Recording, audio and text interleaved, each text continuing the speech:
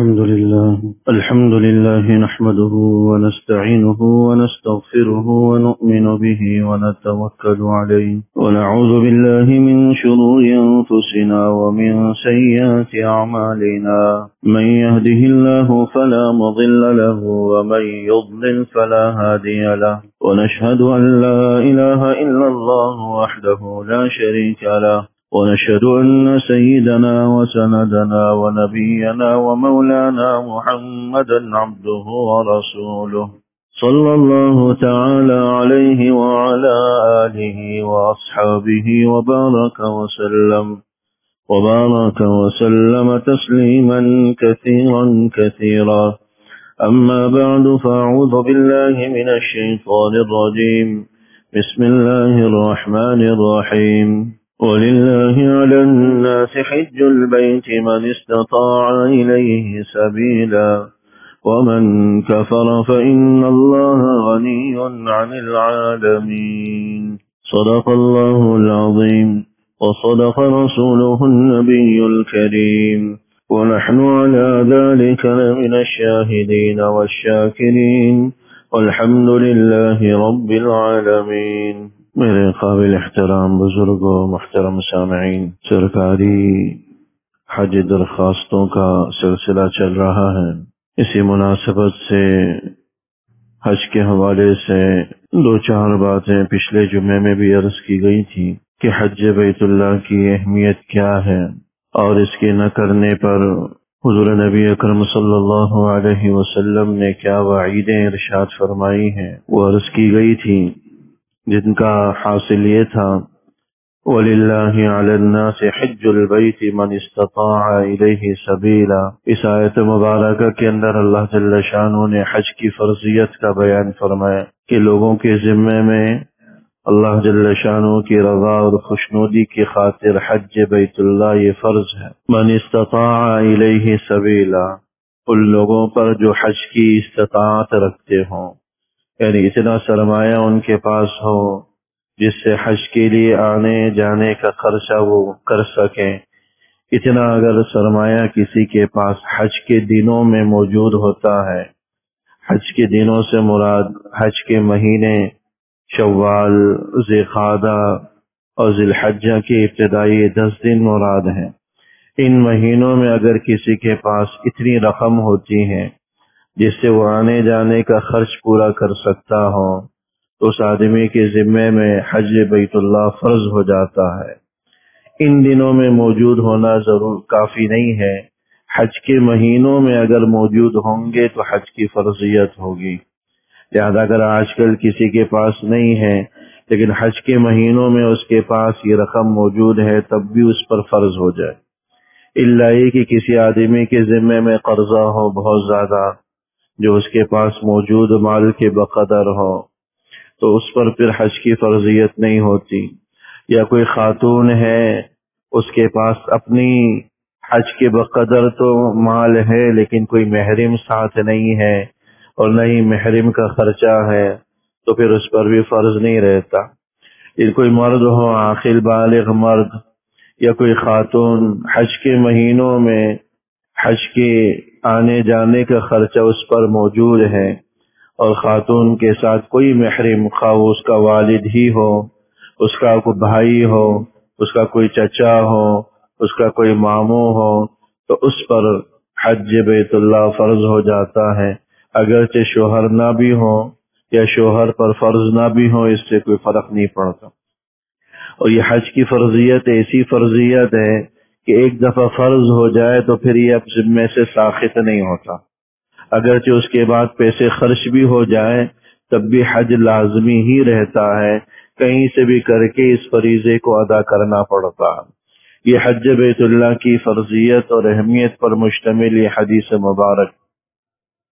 اور جو وعیدیں حضور علیہ الصلوۃ والسلام نے ارشاد فرمائی ہیں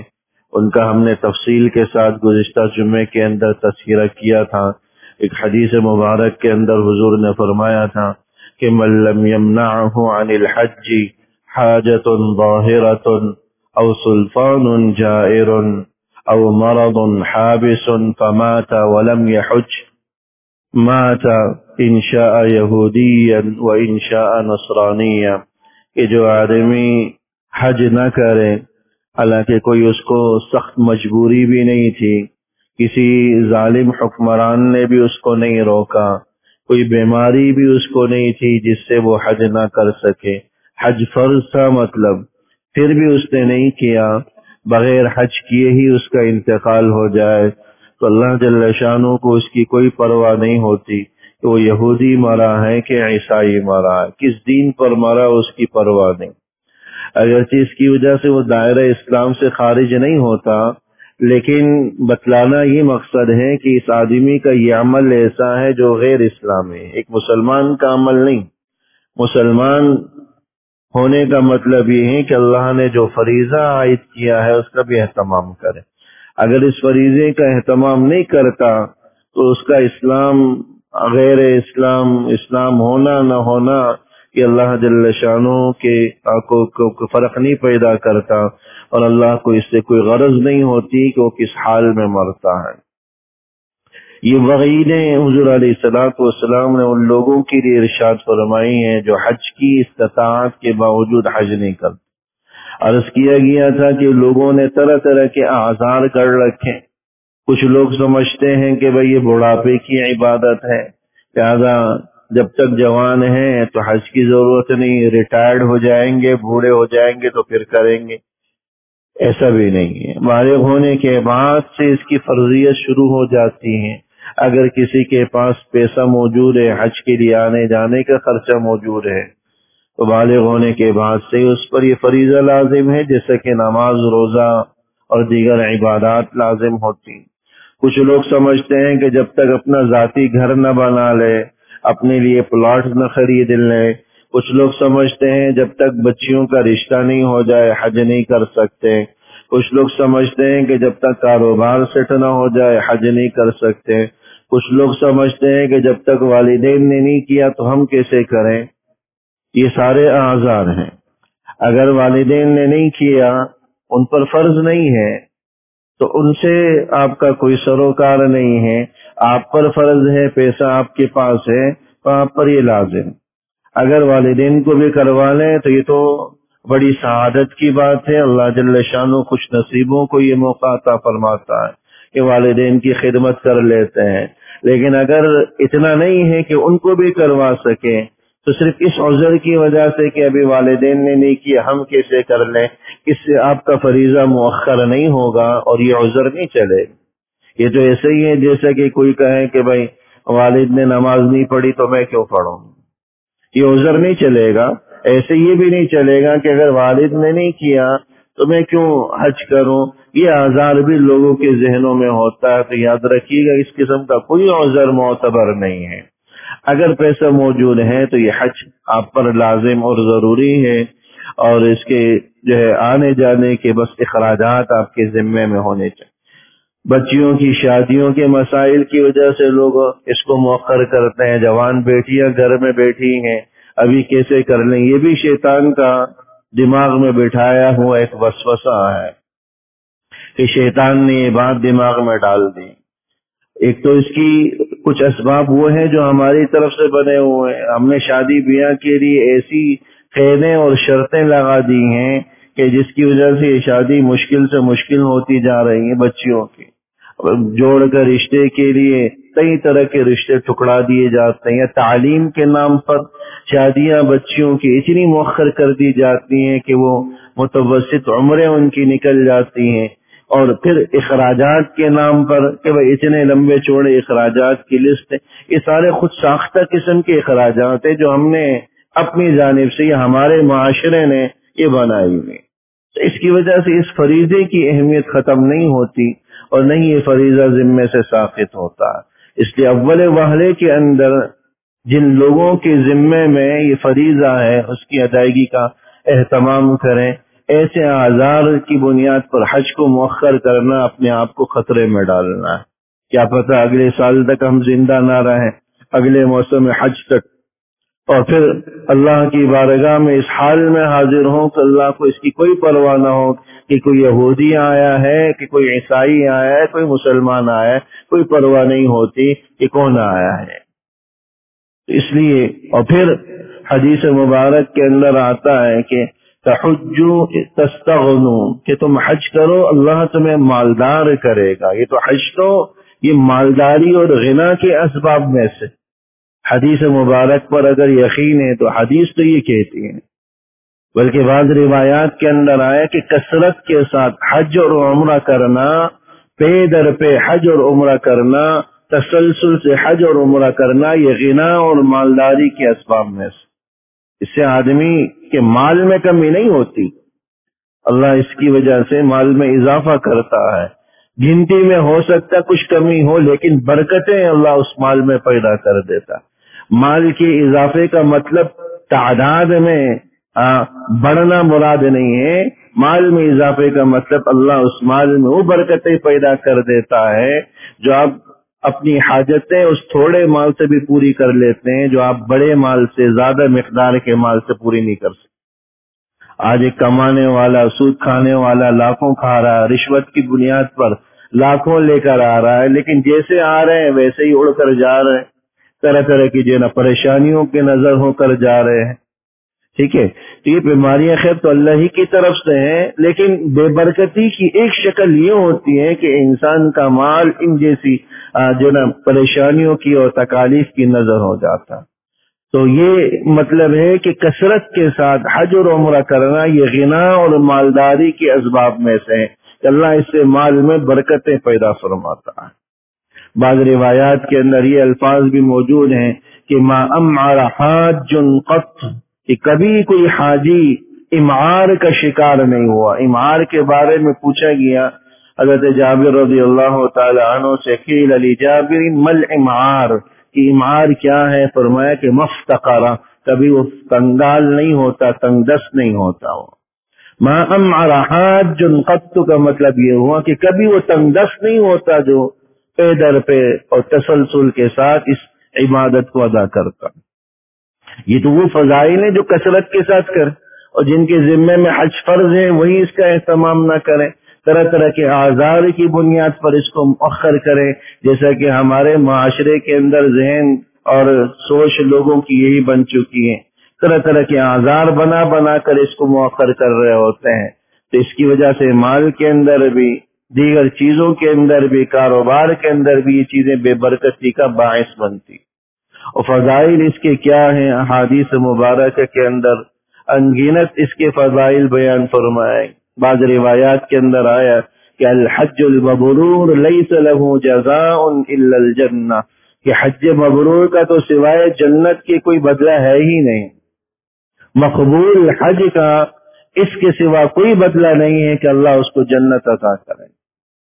اور بعض روایات کے اندر حضور علیہ الصلوۃ والسلام نے فرمایا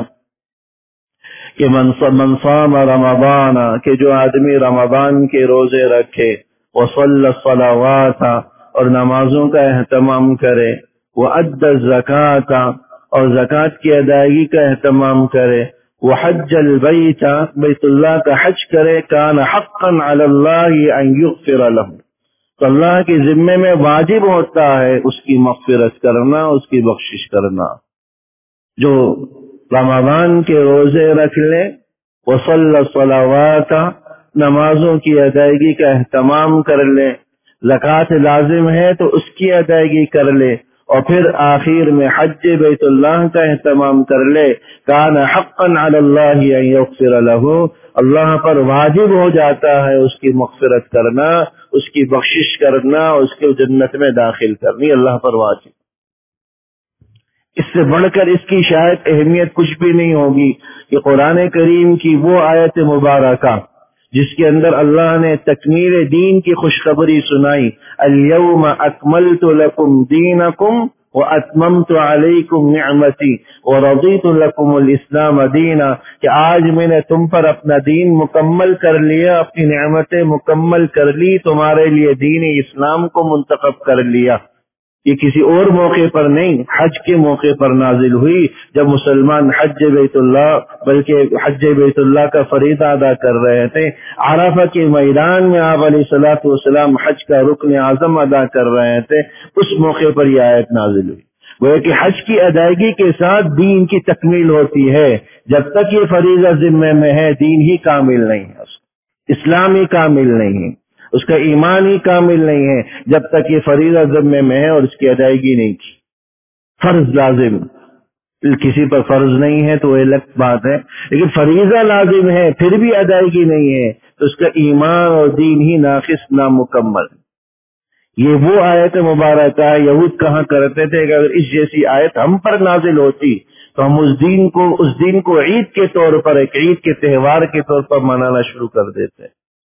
حضرات صحابہ نے فرمایا تھی تو ہمارے پاس 2 عیدوں کے موقع پر آئی گی، ایک تو عرفہ کا دن اور دوسرا اتفاق سے وہ دن جمعے کا بھی دن تھا. 2 عیدوں کا دن تھا جس موقع پر یہ آیت مبارکہ نازل. اور عرفہ کا دن کتنا عظیم الشان دن ہے. احادیث مبارکہ کے اندر آتا ہے کہ کسی دن میں، کسی سال میں اور کسی دن میں اللہ اپنے بندوں کی اتنی مغفرت نہیں کرتے جتنی عرفہ کے دن اپنے بندوں کی مغفرت کرتے. پورے سال میں اتنی مغفرت نہیں ہوتی، اتنی بخشش لوگوں کی نہیں ہوتی، اتنی اللہ لوگوں کے گناہوں کو نہیں بخشتے جتنا عرفہ کے دن بخشتے ہیں اور عرفہ کے دن مغفرت ہوتی ہے. بعض بزرگ کہتے ہیں کہ ایک دفعہ شیطان سے ملاقات ہوئی تو میں نے اس کو اتنا مزمحل کمزور نہیں دیکھا جتنا وہ عرفہ کے دن کمزور اور مزمحل ہوتا. جتنا وہ گریہ وزاری رونا دھونا عرفہ کے دن کرتا کسی اور دن میں نہیں کرتا. جب مسلمان وقوف عرفہ ادا کر رہے ہوں، حج بیت اللہ کا رکن اعظم ادا کر رہا ہے، اتنی اہمیت کے حامل، وہاں جانے والا ہر قدم آدمی کی نیکیوں کو لے کر آتا ہے، خطاؤں کو معاف کر کے لے کر آتا ہے. ایک ایک روپیہ خرچ کرنے کا ثواب فضائل حج کے اندر حضرت شیخ الحدیث رحمہ اللہ نے لکھا 4 کروڑ خرچ کرنے پر 4 کروڑ خرچ کرنے کے بقدر اجر ملتا. 1 روپیہ خرچ نہیں کیا، وہ 4 کروڑ آپ نے خرچ کیے ایک ایک روپیہ کو. تو اس لیے کوئی نہ سمجھے کہ بھائی اتنے لاکھوں خرچہ ہو رہے ہیں اور پھر اس کے لیے وہاں جا رہے ہیں، ایک میدان کے اندر، کھلے میدان کے اندر بیٹھ رہے ہیں، ستونوں کو کنکر مار رہے ہیں. عمرہ کر لو، چلو کافی ہو جائے گا، بیت اللہ کی زیارت ہو جائے گی، حج کی ضرورت ہی کیا. تو یہ کوئی نہ سمجھے کہ یہ روپیہ آپ کا، یہ پیسہ آپ کا ضائع جا رہا ہے. ایک ایک روپیہ پر 4 کروڑ خرچ کرنے کا اللہ اجر عطا فرماتا. بعض روایات کے اندر آتا ہے کہ بیت اللہ پر روزانہ اللہ کی طرف سے 100 رحمتیں نازل ہوتی ہیں. 100 رحمتیں صرف بیت اللہ پر نازل ہوتی ہیں. ان میں سے 60 رحمتوں کا حقدار وہ آدمی ہوتا ہے جو طواف کر رہا ہوتا ہے، اور 40 رحمتوں کا حقدار وہ آدمی ہوتا ہے جو وہاں نماز پڑھ رہا ہوتا ہے، اور 20 رحمتوں کا حقدار وہ آدمی ہوتا ہے صرف جو بیت اللہ کی زیارت کر رہا ہوتا ہے، دیکھ رہا ہوتا ہے. وہ دیکھنے والا بھی محروم نہیں ہے، وہاں پر طواف کرنے والا تو اجر و ثواب کا حقدار ہوتا ہی ہوتا ہے. نماز پڑھنے والا بھی اجر و ثواب کا حقدار، جو بیٹھے اور ٹکٹکی باندھ کر صرف بیت اللہ کو، خانہ کعبہ کو دیکھ رہا ہو، وہ بھی اللہ کی رحمتوں سے محروم نہیں ہے. 20 رحمتوں کا حقدار تنہا وہی آدمی ہوتا. یہ روزانہ کی رحمت ہے، اور کتنے دن وہاں قیام کریں، کتنی اللہ کی رحمتوں کا وہ حقدار ہو جائے. حدیث مبارک کے اندر آتا ہے کہ من حج فلم یرفث ولم یفسق رجع کیوم ولدته امه. جو حج بیت اللہ کرے، کوئی گناہ والی بات نہ کرے، کوئی فسق و فجور والا عمل نہ کرے، لڑائی جھگڑا نہ کرے، رجع کیوم ولدته امه، اس حال میں لوٹتا ہے گویا کہ آج ہی اس کی ماں نے اسے جنا ہو. جس طرح وہ پاک صاف معصوم ہوتا ہے، ایسے ہی حج کرنے والا جس نے بغیر فسق و فجور کے حج کیا ہو، وہ ایسے ہی پاک صاف ہو کر لوٹتا ہے جو گویا کہ آج ہی وہ پیدا ہوا دنیا میں آئے. یہ فضائل پر مشتمل اجر و ثواب والا عمل ہے، دین کی تکمیل کرنے والا عمل ہے، دین کی فرائض اور ارکان پر مہر لگانے والا عمل ہے. وہ کہ اللہ کی طرف سے اب اس پر ٹھپا لگ چکا کہ ایمان والا ہے، یہ ایمان والا ہے. اور اللہ اکبر، اگر کسی کا اسی حالت میں انتقال ہو جائے تو کتنی بڑی فضیلت ہے. حدیث میں آیا کہ بھائی جو آدمی حج کر لے فمات، وہی اس کا انتقال ہو جائے، تا قیامت وہ حج کرنے والوں میں لکھا جاتا. تا قیامت تک اٹھنے تک وہ حاجیوں کی فہرست میں شمار ہوگا. گویا کہ مسلسل وہ حج کر رہا ہوتا، قیامت یہ اجر و ثواب اس کا چلے. اللہ جل شانہ ہم سب کو بھی جب موت ہی لکھی ہے تو ایسی جگہوں پر ہی ہماری موت آئے، لیکن اول وہلے میں تو اس کا اہتمام کریں، جو فریضہ ذمے میں ہے اس کی ادائیگی کی فکر کریں، اس کا اہتمام کریں، اور اس یقین کے ساتھ کریں کہ انشاءاللہ جو روپیہ خرچ ہوگا وہ کئی گنا مزید خط لے کر آئے گا، مزید اضافے کا باعث بنے گا، کمی کا باعث نہیں بنے گا۔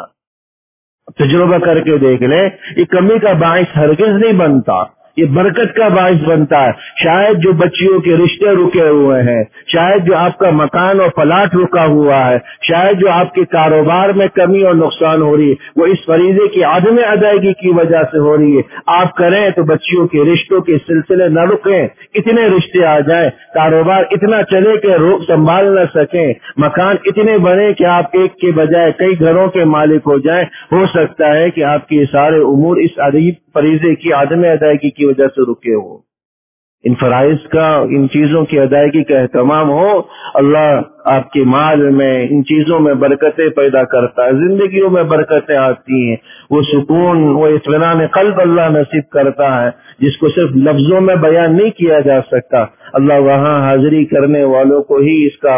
اجر مزہ چکھاتے ہیں۔ اللہ جل شانہ کہنے سننے سے زیادہ عمل کی توفیق نصیب فرمائے۔